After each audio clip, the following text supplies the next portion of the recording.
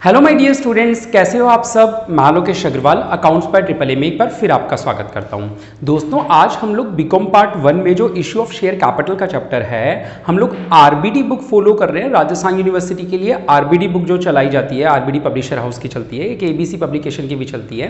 हम लोग RBD book से सवाल कर रहे हैं और एग्जाम्पल नंबर 6 जो है एसआर लिमिटेड का ये क्वेश्चन है। आप चाहें तो स्क्रीनशॉट ले सकते हैं इसका। एग्जाम्पल नंबर 6 है एसआर लिमिटेड का, नीचे बॉटम में, और नेक्स्ट पेज पे यहाँ पर है ये। ठीक है, तो ये सवाल देख रहे हैं, सीधा ही बड़ा सवाल। शुरुआत के 5 सवाल हमने क्यों नहीं किए वो बता देता हूं। शुरुआत के 5 सवाल कुछ ऐसे थे कि इक्विटी ऑफ प्रेफरेंस इशू किए, 4 बार टुकड़ों में पैसा आ रहा है, एंट्री पास करो, कॉस्ट इन एडवांस की एंट्री पास करो, या प्रीमियम मिल रहा है अलॉटमेंट पे तो क्या एंट्री होगी, फर्स्ट कॉल पे मिल रहा है तो क्या एंट्री होगी। फिजूल से 4 सवाल थे। एक सवाल अच्छा, क्योंकि आप लोगों ने पहले पढ़ा हुआ है शेयर कैपिटल का चैप्टर, आपको याद नहीं है कोई बात नहीं, लेकिन पहले पढ़ा हुआ है तो आप लोगों को सीधा ये सवाल देखते भी समझ में आ जाएगा। इसमें कोई प्रोराटा वगैरह नहीं है, सीधा सा सवाल है। आओ जरा पढ़ते हैं। अगर मेरे पास बुक ज्यादा पुरानी है, नई बुक में अगर कुछ फर्क आए तो बता देना पढ़ के, है ना। एसआर लिमिटेड ने इशू किए 15 अप्रैल 2014 को 1.5 lakh equity share of 100 each at a premium of 25 पर शेयर। देखो बेटा, जब भी शेयर कैपिटल का सवाल करना हो तो उसकी समरी बनानी जरूरी होती है। सवाल है एसआर लिमिटेड वाला, और इशू किस दिन किया इन्होंने, 15 अप्रैल। नई बुक में क्या डेट है, 2020 है इस साल वाली में, कोई बात नहीं। 15 अप्रैल 2020, कोई फर्क नहीं पड़ता हमारा। कितने शेयर इशू किए, 1.5 lakh equity share of 100 each at a premium of 25। कैसे लिखते हैं बेटा इसको ऐसे लिखते हैं, सबसे पहले नंबर ऑफ शेयर यानी कि 1.5 लाख, फिर लिखते हैं इक्विटी शेयर, फिर लिखते हैं एट द रेट कितने वाले, 100 वाले, लेकिन प्रीमियम भी था तो 25 रुपए जोड़ देंगे तो ये कितना हो जाएगा, 125। इसके ऊपर हेडिंग बनाते हैं, क्या, ये है कैपिटल की रकम, ये है प्रीमियम की, और इसको बोलते हैं ड्यू। याद होगा आप लोगों को, 12th में भी सिखाया था ऐसे ही। आओ, 100 + 25 बराबर 125। आगे पढ़ते हैं। आगे लिखा हुआ है ऑन एप्लीकेशन कितने रुपए लेने आपको, 50 50 25, इस तरीके से पैसा है। इस इक्विटी शेयर के नीचे लिखते हैं हम लोग क्या, application allotment first and final call एक साथ है। और फिर जो रकम देने की होती है ना 50 50 25, वो कहां लिखते हैं, कैपिटल के नीचे या ड्यू के नीचे। बिल्कुल सही जवाब बेटा, 50 50 25। फिर उन्होंने कहा कि बीच वाले 50 में प्रीमियम भी शामिल है। प्रीमियम कितने का था, 25 का, यानी इस दिन जो 50 मांगे उसमें से 25 रुपए प्रीमियम के थे, तो बाकी 25 किस चीज के होंगे, कैपिटल के। अलॉटमेंट के तो टोटल 50 है बेटा, 25 कैपिटल के और 25 रुपए प्रीमियम के मांगे, हाँ या ना। बाकी दिन अगर हम बात करें तो कैपिटल 50 की लिखना चाहो तो लिख सकते हो, यहां कैपिटल 50 की और यहां कैपिटल 25 की। ये देखो, ये हो गया होगा 100, ये हो गया होगा 25 और ये हो गया होगा 125। आ रहा है समझ में, हल्की सी झलक दिखला रहा हूं आपको बार बार, कैसा करते थे अपन पहले। The company received application for 1,40,000 share. बेटा हमने इशू कितने किए थे, 1.5 लाख, और एप्लीकेशन कितनी आई, 140। इसको ओवर सब्सक्रिप्शन बोलते हैं या अंडर सब्सक्रिप्शन बोलते हैं, अंडर, कम आई है ना। अब अंडर वाले में पूरा सवाल 150 को ऐसे काटते हैं कि ये दिखता रहे, और अब पूरा सवाल कितने से सॉल्व होगा, 1,40,000 से सॉल्व होगा, क्योंकि एप्लीकेशन जितनी आएंगी उतनी अलॉट कर पाएंगे, उससे ज्यादा तो दे नहीं पाएंगे। 140 से सॉल्व होगा अंडर के केस में। कह रहे on 1 June 2014 the board of director decided to make full allotment to the applicants. यानी 1 जून 2014 को इन्होंने क्या डिसाइड किया, कौन सी डेट को बेटा, 1 जून 2020 को ना। इन्होंने क्या डिसाइड किया कि फुल अलॉटमेंट कर देंगे जितने भी एप्लीकेंट्स थे, किसी को भी मना नहीं कर रहे। उस दिन मैंने आपको बताया था ना, कुछ लोगों को मना भी कर सकते हैं, तो सवाल ने कहा कि हमने किसी को भी मना नहीं किया, सब लोगों को शेयर दे दिए। ठीक है, the last date for the allotment money was 30 June, और कह रहे पैसे देने की जो लास्ट डेट थी वो कितनी थी, 1 जून। हमने लोगों को 1 जून को शेयर दे दिए, लेकिन लास्ट डेट जो उनको बोली, भाई 1 जून को लेटर भेजा तो टाइम तो देंगे पैसा जमा करवाने का, तो कह रहे 30 जून तक वो लोग पैसा जमा करवा सकते हैं। कोई डाउट किसी को नहीं। आगे देखते हैं, लिखा है द लास्ट, ये हो गया 30 जून वाला। The first and final call was made on 1 सितंबर। जो हमने लोगों को कॉल करी वो किस दिन करी, 1 सितंबर को करी, एंड पेबल अप टू 20 सितंबर। और उनसे बोला कि आप पैसे कब तक जमा करवा दें, 20 सितंबर तक जमा करवा दें पैसे। All the amounts due were received on due date except the following cases. कह रहा सारा पैसा हमें समय पे मिल गया, केवल निम्न को छोड़ के। ठीक है, एक काम करो कि वहां पे है ना, LT चला दो और CT बंद कर।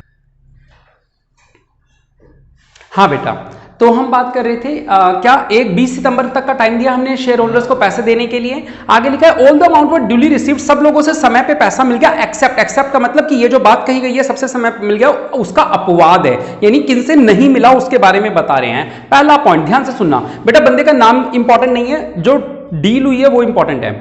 Mister Girish holds 1000 shares, failed to pay the allotment money on due dates but paid this amount with the first and final call. बेटा इसको समरी में कैसे उतारते हैं ये जरा सीखना, मेरा मकसद क्या है ताकि मैं आपको समरी बनाना सिखाऊं। एक मिस्टर जो भी नाम था, इसका गिरीश नाम था, जो भी नाम था, उसके पास 1000 शेयर्स थे। तो यहां हम यहां लिख रहे हैं, उसका नाम लिखना चाहो तो ऊपर लिख देना गिरीश। उसके पास शेयर कितने थे? 1000 शेयर्स थे। वो क्या नहीं दे पाया? वो अलॉटमेंट नहीं दे पाया, यहां लगाऊंगा क्रॉस। और उसने ये पैसा सवाल ने खुद ने कहा है कि उसने ये पैसा कब आके दे दिया? फर्स्ट एंड फाइनल कॉल के टाइम पे आके दे दिया। यहां लगाया क्रॉस और यहां लगा दिया राइट। आ रही है बात समझ में? यानी ये पैसा बाद में मिला है, अगर वो बोलता नहीं तो मैं लिखता नहीं राइट का टिक। ठीक है, ये तो गिरीश के बारे में हो गई। दूसरी बात कह रही मिस प्रियंका होल्ड्स 800 शेयर्स। कह रही एक प्रियंका भी है, आपको समरी बनाना सिखा रहा हूं, अभी तक आंसर तो सिखाया नहीं है। 800 शेयर्स, ठीक है, इसके पास है। इसने क्या किया बेटा? Paid the first call money along with allotment money. अब इसको कैसे बताते हैं? ये है कॉल्स इन एडवांस। उसने फर्स्ट कॉल का पैसा अलॉटमेंट के साथ ही दे दिया। अलोंग विद का मतलब साथ ही दे देना। तो फर्स्ट कॉल का पैसा अलॉटमेंट पे दे देना, इसको बोलते हैं बेटा, यहां पे लगाते हैं कि पैसा कहां का था? यहां का। ठीक है, ओ सॉरी, हां, यहां पे पैसा मिल गया, जो पैसा था कहां का? यहां का। बिल्कुल सही बेटा, डॉट। ठीक है, यहां का पैसा ऊपर मिल गया। अब इसको कैसे लिखते हैं? Calls in arrear. ये हिंट हमें क्या बताता है? जब ये समरी हम बना लेते हैं ना, तो ये कुछ हिंट देता है हमें। पता है क्या? इससे पता चल रहा है कि कॉल्स इन एरियर है। कॉल्स इन एरियर जिस दिन नहीं मिला उस दिन डेबिट होगा, और जिस दिन मिल गया उस दिन। यहां पे कॉल्स इन एडवांस है, कॉल्स इन एडवांस आज क्या होगी? क्रेडिट। और डॉट डी फॉर डेबिट, यानी ये इस दिन डेबिट होगा, कॉल्स इन एडवांस। ये हिंट मिलता है समरी बनाने से, इसलिए इसकी समरी इस तरीके से बनाई जाती है। तो समझ में आया? एरियर को रिप्रेजेंट करते हैं क्रॉस और राइट टिक से, और इसको जो रिप्रेजेंट करते हैं लाइन और डॉट से करते हैं। ठीक है, चाहे तो कई बार मैं यहां पे प्लस भी बना के दिखाता हूं कि यहां मिल गया, तो इसको प्लस भी बना के दिखा सकते हो ऐसे, यहां मिल गया पैसा, तो ये क्रेडिट है और नीचे डेबिट है, डॉट का मतलब। ठीक है, ये हिंट है हमारे सवाल के। आगे देखते हैं सवाल में क्या लिखा है। Pass the necessary journal entries to record the above transaction. लेकिन इतना ही नहीं, interest was charged and paid according to the provision of table F. ये लिखा है, यानी टेबल एफ में जो प्रोविजन है, आपको मैं लास्ट में बता दूंगा 10% और 12%। मैंने पिछले साल भी याद करवाया होगा, 1 नंबर का सवाल आ जाता है क्योंकि इस टॉपिक पे कि कॉस्ट इन एरियर पे कितना परसेंट है, एडवांस पे कितना है। खैर अभी तो 1 नंबर के सवाल आएंगे नहीं, 20 नंबर के यही है। फिलहाल सवाल हमारा कंप्लीट हो चुका है, करें आंसर शुरू करें। चलिए रेड पेन को रख देते हैं, अब आंसर की जरूरत है हमें। तो अभी तक हमने देखो केवल जो सवाल में 8 मिनट 8.5 मिनट दिए, केवल सवाल को समझने के लिए दिया। आंसर अब कितना आसान लगता है जरा ध्यान से देखिएगा। सबसे पहले डेट का भी इसमें ध्यान दीजिएगा, बाकी सवालों में डेट मिलेगी नहीं, कुछ कुछ में मिलती है। 15 अप्रैल 20 को पहली एंट्री होगी, हाँ या ना? 15 अप्रैल 2020 को पहली एंट्री होगी, और पहली एंट्री होगी पैसा मिलने की। मुझे बताओगे आप लोग? बैंक डेबिट टू क्या होगी? Share application account. बता सकते हो आज कितनी एप्लीकेशन आई थी? एप्लीकेशन रिसीव हुई थी 1,40,000, और हर एप्लीकेशन पे कितना?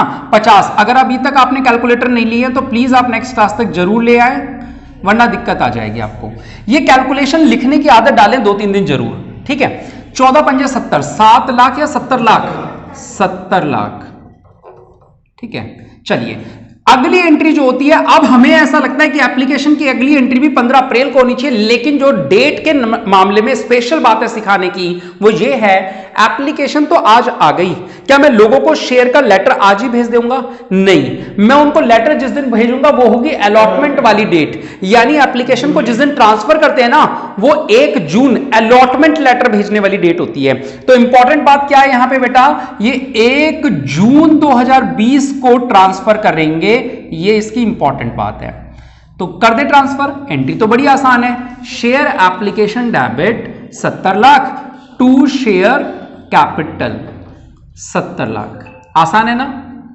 अब अलॉटमेंट मांगेंगे और ऑफ कोर्स अलॉटमेंट मांगने की एंट्री इसी डेट पे होगी जिस दिन लेटर लिखा था, 1 जून को। 1 जून को 2 एंट्रीज करनी है, इसको ट्रांसफर करने वाली भी और अलॉटमेंट मांगने वाली भी। चलो, शेयर अलॉटमेंट डेबिट। बेटा अब मेरी बात सुनना, मैं फिर से आपको याद दिला दूं, मांगने की जो एंट्रीज होती हैं वो इससे इधर देख के की जाती है और मिलने की जो एंट्रीज होती हैं बेटा वो इससे इधर देख के की जाती है। ठीक है, मांगने का काम इधर देख के करना है, मिलने का काम इधर देख के। जब मांगोगे तो अलॉटमेंट के समय आपको दिखेगा कि 25 रुपए तो कैपिटल के मांगने हैं, हाँ या ना, और 25 रुपए प्रीमियम के भी मांगने। और मैंने शायद आपको उस दिन बताया था सिक्योरिटी प्रीमियम शेयर कैपिटल की पूछ होता है, तो शेयर कैपिटल यहां है तो सिक्योरिटी प्रीमियम यहीं आएगा। ठीक है, अच्छा कितने शेयर थे, उनको 25 रुपए यहां पे, 25 यहां पे, और अलॉटमेंट पे जो ड्यू हुआ, ड्यू कितना हुआ 50, वो यहां पे। आ रही है बात समझ। 14 पंजे 70, ये हो गया 70 लाख, ये हो गया 35 लाख और ये भी हो गया। ये एंट्री इधर देख के करी थी। अब बैंक की एंट्री जो इस सवाल की इंपॉर्टेंट एंट्री है 30 जून को, ये जरा ध्यान से देखेंगे 30 जून 2020 को क्या एंट्री होगी। करें बेटा, एंट्री बनाना सीखेंगे। जब नॉर्मल एंट्री होती है तो वो ऐसी होती है, bank debit to share allotment, यही होती है एक नॉर्मल एंट्री, ये होती है bank debit to share allotment. लेकिन हमने जब यहां देखा तो एक क्रॉस दिखा और एक प्लस दिखा, हाँ या ना। क्रॉस हमें ये हिंट बता रहा है कि भाई आज तू कॉस्ट इन एरियर है कुछ, उसे डेबिट कर दे, हाँ या ना। और ये प्लस दिखा रहा है कि यार तेरे को पहले ही पैसा मिल गया तो क्या कर, आज कॉस्ट इन एडवांस को क्रेडिट कर दो, जिस दिन मिल गया ना क्रेडिट द गिवर। ये आपको हिंट दे रही है समरी। आ रही है बात समझ में, ताकि गलती ना करो किसको डेबिट करना है किसको क्रेडिट। ये बैंक की एंट्री में हमने यहां देख के एंट्री करी, ये समझ में आ रहा है। इस पे फोकस करेंगे बैंक की एंट्री करते समय। क्लियर है। चलो, मैंने आपसे कहा था कि वैल्यूज बैंक की एंट्री में नीचे से ऊपर डालते हैं। मैंने एक चीज सिखाई थी कि वैल्यू नीचे से ऊपर डालते हैं बैंक की एंट्रीज में। पहले कॉस्ट इन एडवांस में डालो। कॉस्ट इन एडवांस ये वाला टॉपिक है। 800 शेयर पे कितने कितने रुपए एडवांस मिल गए। चलो अब फंसोगे, कितने रुपए एडवांस मिल गए बताओ। 800 इंटू कितना 50, 35 कहां है 50 ना। बेटा एक बात बताओ, उसने कौन सा पैसा एडवांस दिया है, अलॉटमेंट का या फाइनल कॉल का। फाइनल कॉल का। तो यहां याद रखना है ये 25 रुपए है और ये 50 रुपए है। आई बात समझ में। ये बात हल्की सी ट्रिकी थी, एक बार समझ गई। अब याद रहोगे कि कॉस्ट इन एडवांस जो मिलता है वो अलॉटमेंट का थोड़ी मिला है, वो तो फर्स्ट एंड फाइनल कॉल का मिला है। यानी यहां पे करना है 800 इंटू 25, 25 अट्ठे 200 और 20,000। ठीक है। अब अलॉटमेंट में रकम डालो। अलॉटमेंट में आती है ड्यू माइनस एडजस्ट। अब एडजस्ट का तो प्रोराटा के टॉपिक में वर्ड आता है, यहां तो कुछ है ही नहीं। तो ड्यू कितना हुआ था जरा चेक करो। अलॉटमेंट पे ड्यू कितना हुआ था 70 लाख, तो यहां पे लिख देंगे 70 लाख। कोई डाउट नहीं। फिर एरियर्स पे चलो, ये रहा एरियर्स 1000 इंटू 50 रुपए, क्योंकि अलॉटमेंट का पैसा नहीं मिला ना, तो 1000 इंटू 50। ये लिख लिख के करना है जब आप लोग कॉपी भी करोगे तो 1000 इंटू 50, 50,000। हाँ बोलो। उन्होंने अलग अलग एंट्री करते हैं, मत करो उनका, मत देखो, अपने वाला पैटर्न सीखो। ठीक है, वो लोग टुकड़ों में करते हैं अलग अलग एंट्री। हाँ मैं जानता हूं, उन्होंने बैंक में माइनस कर दिया होगा। आओ, हाँ कोई बात नहीं, आप यहां ध्यान दो। अभी जो अपन कर रहे हैं कॉस्ट इन एरियर समझ में आया सभी को। अब बैंक में जो वैल्यू आती है उसके लिए टेंशन फ्री रहा करो, वो बैलेंसिंग फिगर आती है। 70,20,000 में से अगर 50 लाख माइनस कर दो तो 69,70,000 रुपए बचेंगे। समझ गए। 70-20 में से 50,000 कम कर दिए। ये हो गई बैंक की एंट्री। बताओ समझ आई या नहीं आई। आ गई। तो अगली जो दो एंट्री होनी है 1 सितंबर और 20 सितंबर, वो भी आसान है। आओ, 1 सितंबर 2020 को फर्स्ट एंड फाइनल कॉल मांगते हैं जिसमें कोई प्रीमियम नहीं है, तो आसानी से मांग सकते हैं। Share first and final call debit to share capital, हाँ या ना।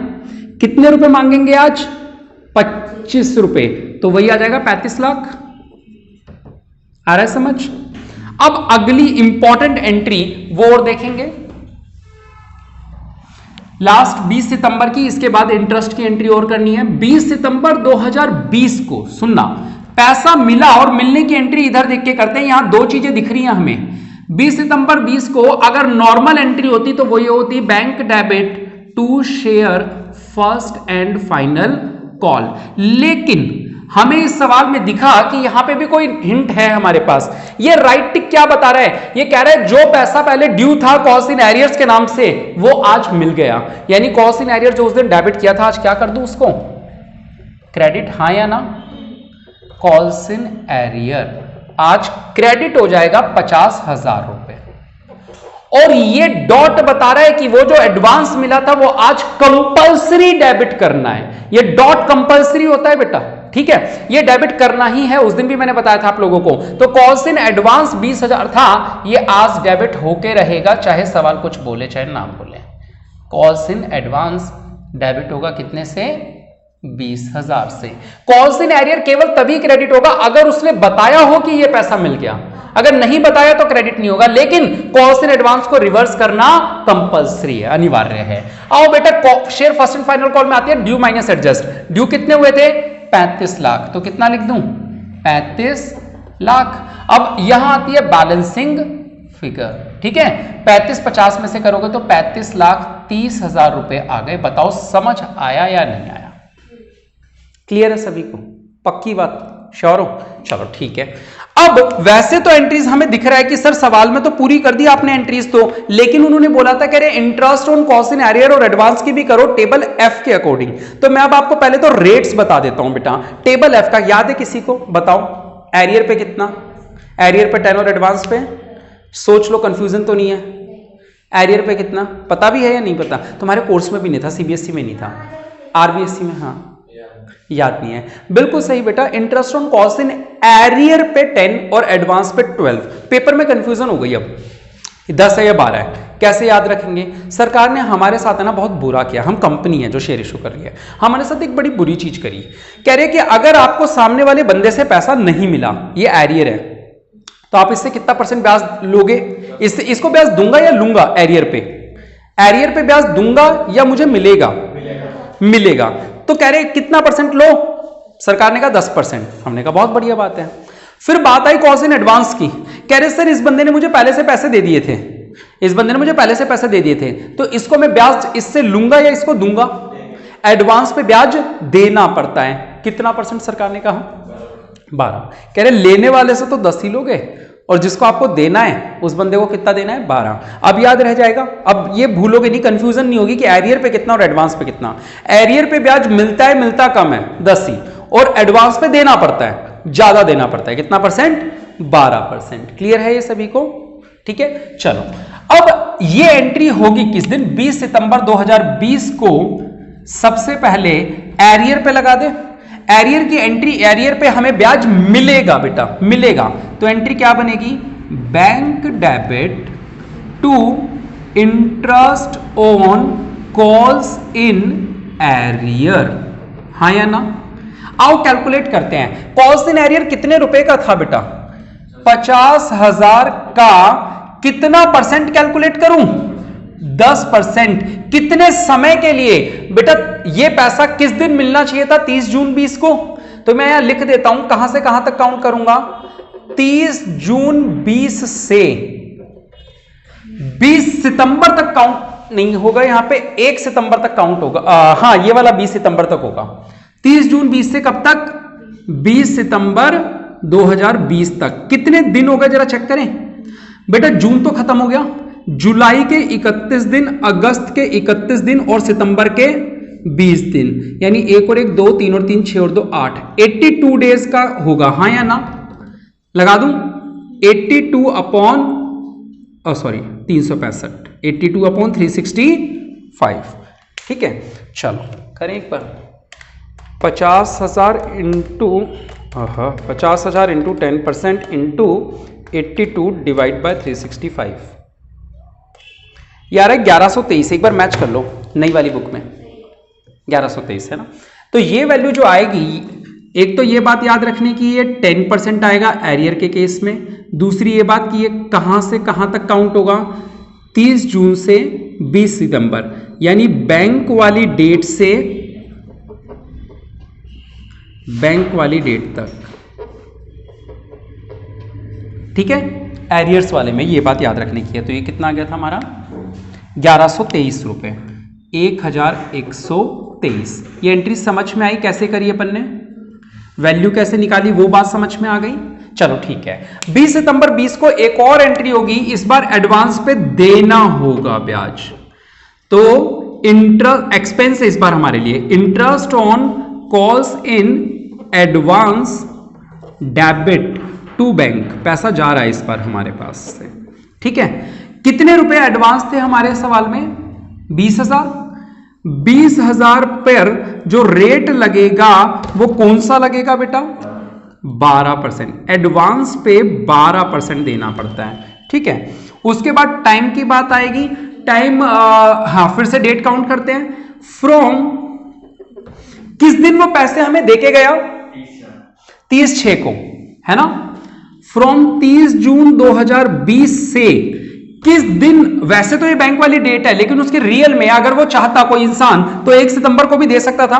20 सितंबर तो लास्ट डेट होती है ना, मैंने 1 सितंबर को कॉल करी तो हो सकता है वो 1 सितंबर को ही दे जाता, 20 तो लास्ट डेट होती है।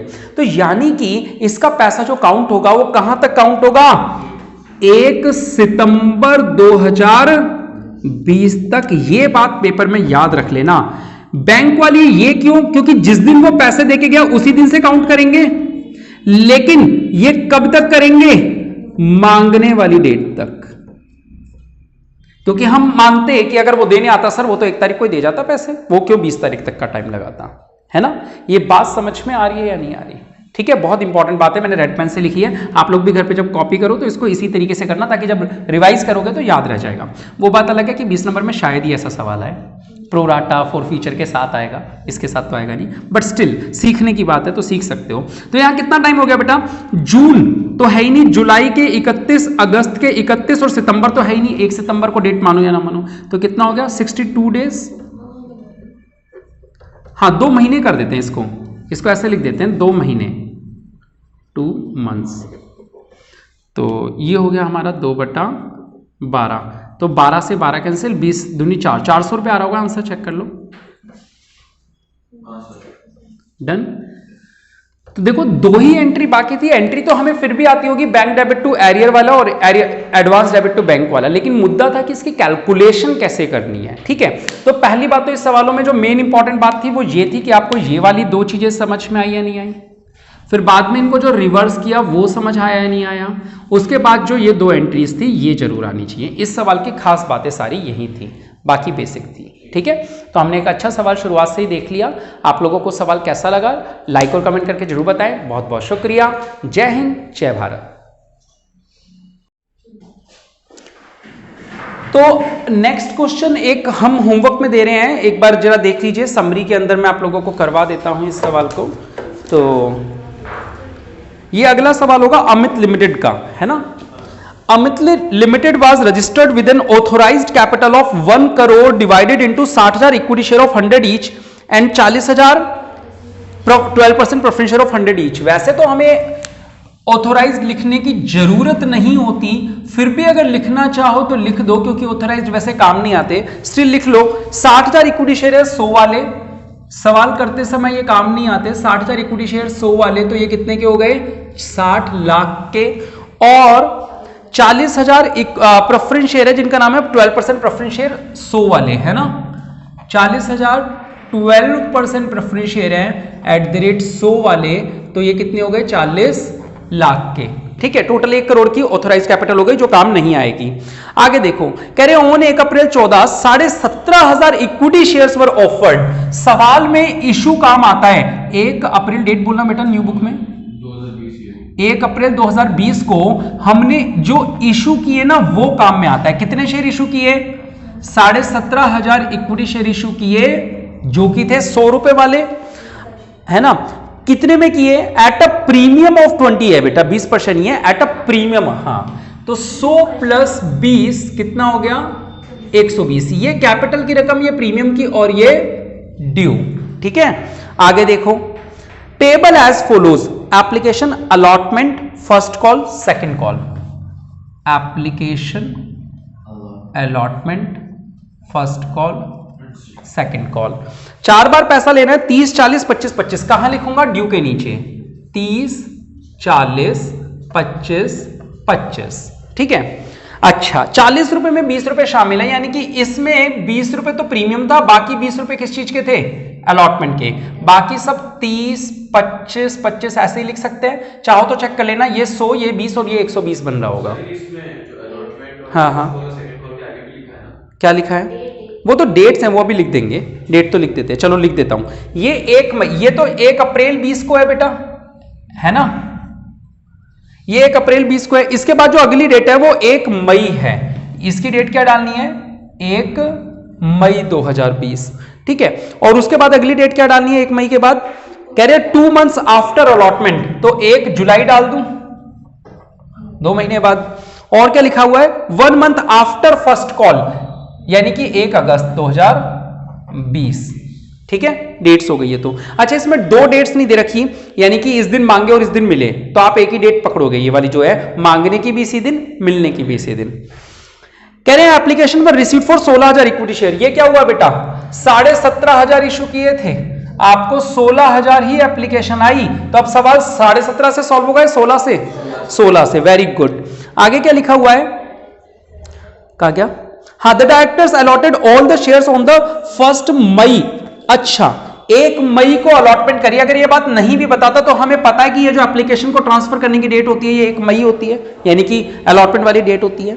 The money called was received from share holder when due except the following. सब लोगों से पैसा मिल गया, लेकिन किससे क्या दिक्कत आई? कह रहे सनमन एक बंदा है, 400 शेयर का होल्डर है, fail to pay the allotment first call and second call. आओ समरी बनाना सीखना। कह रहा है एक सनमन एक बंदा है, कितने शेयर हैं? यहां लिखेंगे 400 शेयर। समझ में आ रहा है कौन सी लाइन में लिखते हैं? कह रहे ये अलॉटमेंट नहीं दे पाया, फर्स्ट कॉल नहीं दे पाया, और यानी कि तीनों बार, हर बार बैंक के एंट्री में कॉस्ट इन एरिया डेबिट ही होगा, क्रेडिट होगा ही नहीं, क्योंकि तीनों में क्रॉस लगा हुआ है। राइट टिक कहीं आता तो कॉस्ट इन एरियर को रिवर्स करते। हर एंट्री में इसमें भी डेबिट होगा, उसमें भी cost in arrear he debit होगा। ठीक है, कॉस्ट इन एरियर तीनों बार डेबिट ही होगा। जब ये वाली करोगे तो 40 से मल्टीप्लाई, ये वाली में 25 से, और इस वाले में 25 से मल्टीप्लाई। वीडियो देख लेना चाहते हो दोबारा। फिर mister Rahim, holder of 100 shares, fail to pay the second call money. एक बंदा था रहीम, कितने शेयर थे? 100 शेयर्स थे इसके पास। ठीक है, ये क्या नहीं दे पाया? सेकंड कॉल नहीं दे पाया। अच्छा, fail to pay the second call money, ये नहीं दे पाया ये केवल। ठीक है, और क्या लिखा हुआ है? Give necessary journal entries in cash book entries in the show how share capital would appear in the balance sheet. तो ना तो हम लोग कैश बुक बनाने वाले और ना ही हम लोग बैलेंस शीट बना रहे हैं अभी। ठीक है, वो दूसरे सवालों में दिखा दूंगा। जब 12th में होते थे तब 3-4 नंबर में सीबीएसई में सवाल आ जाता था, आपके में 3-4 नंबर के सवाल नहीं आते, तो छोड़ो उसको, सिखा दूंगा, वो बात अलग है। बेटा इस सवाल में कोई भी कॉस्ट इन एडवांस नहीं है, बहुत ही साधारण स्पष्ट सा सवाल है, कोई इंटरेस्ट की कैलकुलेशन नहीं है, इजीली हो जाएगा। आप तीनों बार कॉस्ट इन एरिया डेबिट करोगे। जब इस वाले में डेबिट करोगे तो केवल 400 शेयर पे डेबिट नहीं करोगे, 400 और 100, 500 शेयर इंटू 25, यानी जब फाइनल कॉल की एंट्री करोगे सेकंड वाली, तो 500 इंटू 25 से कॉस्ट इन एरियर को डेबिट करोगे। बाकी इस सवाल में कुछ भी जान नहीं है। ठीक है, कर लोगे, मैं चेक करूंगा नेक्स्ट क्लास में। आओ एक और देख लेते हैं, अगर इसी तरीके का कोई सवाल हुआ तो